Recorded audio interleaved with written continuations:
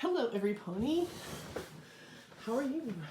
And welcome to Adventures Out There. Today I'm doing as you saw, I posted a stream video of basically our playthrough of our first session of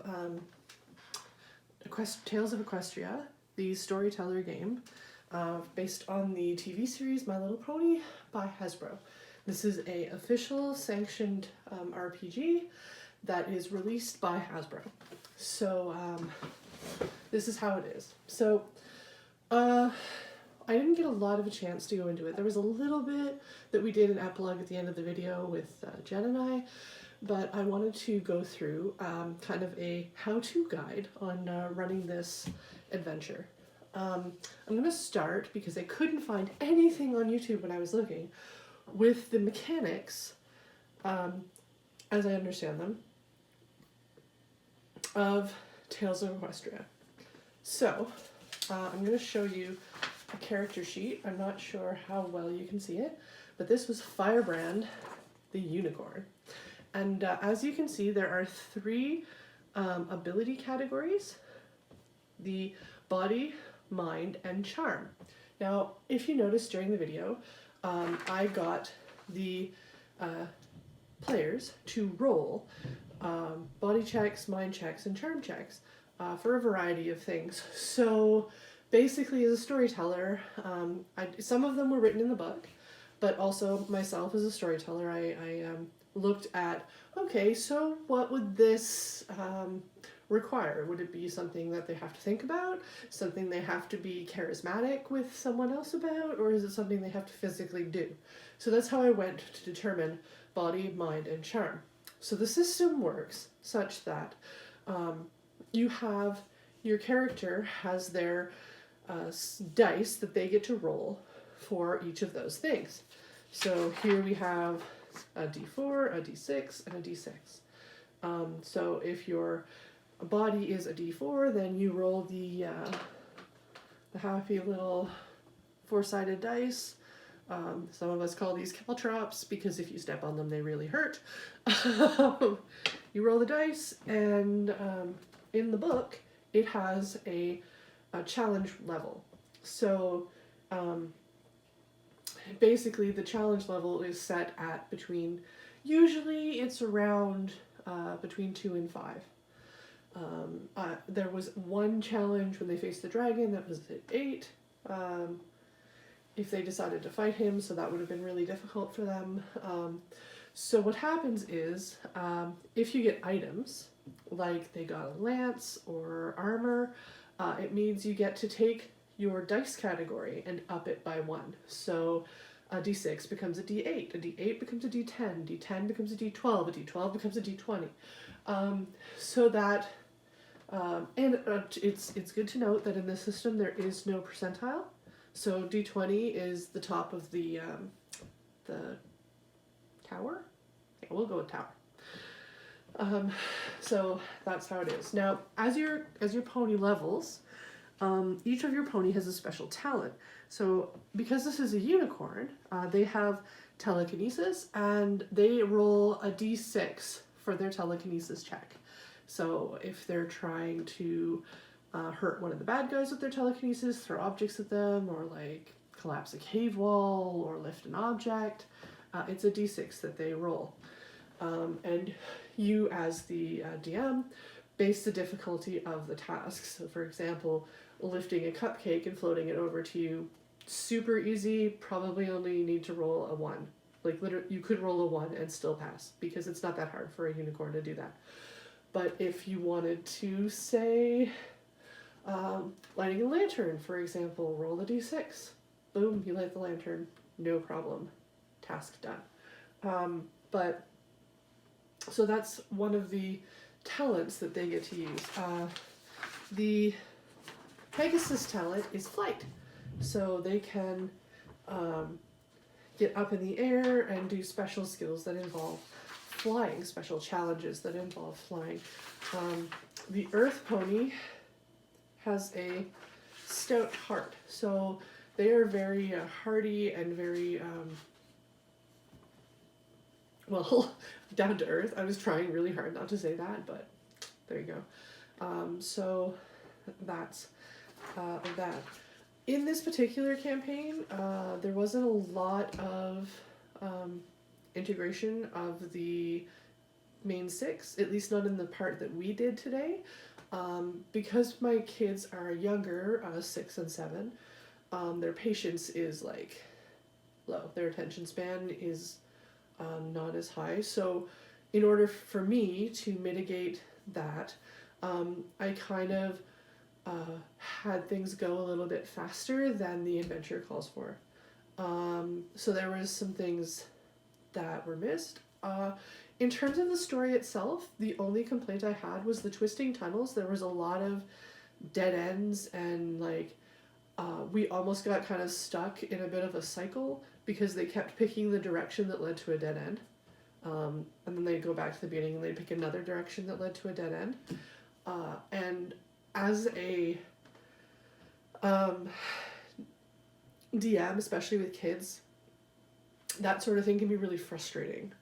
On the other side of the coin, it does give the sense that they're in kind of a labyrinth of tunnels in the Dragon's Lair. So that was good that they got that, but one of the reasons I was flipping through the pages so much was because I was looking for the next part of the story, because I wanted to end the like constant in the tunnels, in the tunnels, in the tunnels, because we needed to move on. So if you're DMing this for the first time, if you've never sat behind the DM screen before, keep in mind pacing of a game.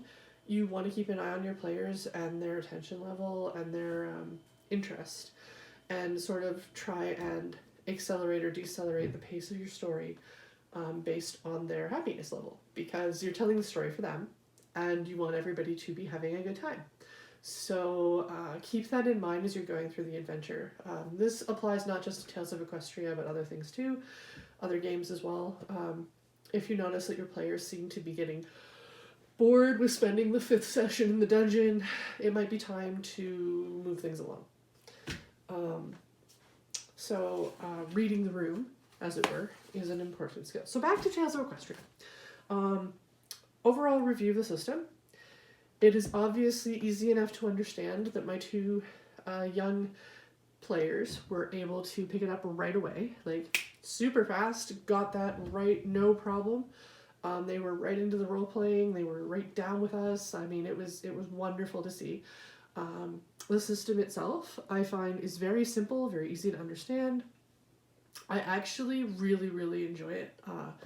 Now, the starter set, I think, has a very simplified version of the rules that are in the player's handbook for Tales of Equestria. I will let you know when I get the handbook, but I did like this game enough that I want to buy it. So, congratulations, Hasbro. You hooked me. I want more. I'm a fan of the show, and I felt the adventure and the game really had that same feel of friendship. So that's good. You actually, they didn't use them, but you have these tokens, and these are called friendship tokens. If you fail a roll, you can use the friendship token to redo it. You can use 2 friendship tokens for other things and 3 friendship tokens for other things, so that's good. I found it interesting that the market was optional, so they didn't actually have to go get the extra gear, but they did, and it caused them to be a little bit stronger as they went into the adventure and to deal better with the NPCs they faced. So that was good. I love how the starter set came with little cutouts. I've bought a lot of starter sets before. This is the first time I've seen this, that they actually came with little character pieces that people had to play with. I thought this was a really wonderful idea. These are great. Keep doing this. This is awesome. Love it. I wish like Dungeons and Dragons would do this for some of their modules, because this is stellar. I mean, they do with some of their, they have dungeon tiles that you can buy separately, but they didn't have any out with the starter sets or the campaign settings, and it would be really nice if they could maybe bundle them, but I digress. Anyway, it was really nice. The starter set also came with its own set of dice, if you don't have a set. So a rainbow set of dice. As you can see, there's no percentile. So you have your D4, your D6, your D8, your D10, your D12, and the ever popular D20. So this is my review of Tales of Equestria as I've seen it so far. Really enjoyed the game today. The girls really loved it. My other friend, who's also My Little Pony friend, My Little Pony fan, Jen, she really liked the game. She liked the mechanics. She loved the fact that the kids were really into it. So if you have a daughter or a son who is into My Little Pony, and you're a role player, this is a wonderful way to get them introduced, because the system is so simple, so easy to use. And although our kids have watched enough, like How to Train Your Dragon and things like that, that they understand the whole the killing and whatnot, but ponies don't die. Their characters have stamina instead of hit points, which I think is totally wonderful.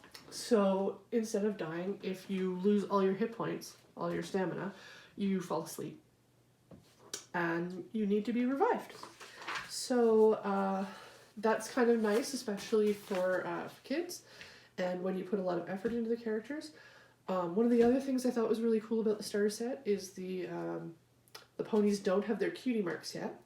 So as a DM going through, if you want to, if you continue through the adventure, you can have moments where the character, if they start consistently being diplomatic, or they start consistently, lifting things, or they start consistently helping others, or things like that. If there's something they do a lot that jumps out at you as characters, and that's based on what the player does, you can give them a cutie mark, which is really cool. I think that's awesome. That basically in the starter set in the game, they can earn their cutie mark. That seems really exciting. I know the girls are like, we want to play again. We want to earn our cutie mark. So I'm excited to do another adventure. I will probably also try and stream part 2 as we continue through the Dragon's Bounty. And I hope that you enjoyed my overview of the Tales of Equestria storytelling game. And have a pleasant evening. And as always, remember, adventure is out there. Cheers.